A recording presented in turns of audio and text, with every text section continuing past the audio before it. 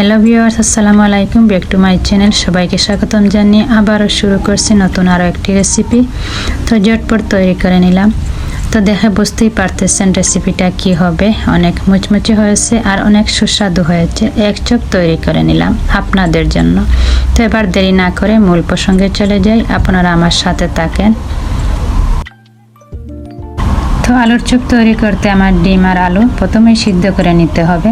তো এই তো আমি সিদ্ধ বসিয়ে দিলাম।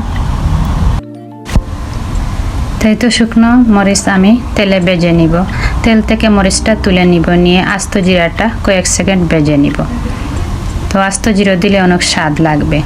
তো তারপর আমি দিয়ে দিলাম কুচি করা পেঁয়াজ। তো পেঁয়াজটা একটু সফট হওয়ার পর কয়েকটা কাঁচামরিচও দিয়ে দিলাম। সামান্য কারি পাউডার দিব, সামান্য চাট মশলা দিব। আবার এই তো আমার পেঁয়াজটা পুরোপুরি ভাজা হয়ে গেছে, এবার আমি তুলে নিব। তো এখানে আমি আলুটা মেখে নিলাম আর দুইটা ডিমও ভেঙে নিলাম, আর ডিমগুলো কেটে সুন্দর করে রেখে দিলাম, আর পেঁয়াজ বেরেস্তাও সাথে আছে। তো সব মিলিয়ে একসাথে মাখিয়ে নিব। তো এবারে আমি আলুটি বড় একটি বাটিতে ঢেলে নিলাম। তো এখানে মাখিয়ে নিতে সুবিধা হবে। এই যে পেঁয়াজ বেরেস্তা যা যা মশলা আছে সবগুলো আমি এবারে অ্যাড করে দিব। তো শুকনো মরিচ থেকে সব কিছু এখানে অ্যাড করে নিলাম, আর সামান্য লবণও দিয়ে দিলাম, আর কিছু গরম মশলাও আমি অ্যাড করব। এই তো গরম মশলাও অ্যাড করে দিলাম। তো সব মিলে এই এক চপটা আসলে খেতে অনেক সুস্বাদু হবে। তো আমি আমার মতো আমার স্টাইলে বানিয়ে নিব। আর একটু সরিষার তেল আমি অ্যাড করব। তো এই তো সরিষার তেলটাও দিয়ে দিলাম, দিয়ে আবারও ভালো করে মাখিয়ে নিব, নিয়ে আমি চপটা তৈরি করে নিব। আপনারা সাথে থাকেন। তো এই তো ভালো করে মাখিয়ে নিলাম, আর সরিষার তেল দিলে অনেক সুস্বাদু হবে, আপনারাও চেষ্টা করবেন দিতে।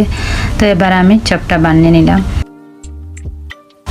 তো এই তো আলুটা দিয়ে আমি কভার করে নিলাম, ডিমটা ভিতরে দিয়ে দিলাম, দিয়ে সুন্দর করে হাতের সাহায্যে আমি চপটা রেডি করে নিব এভাবে।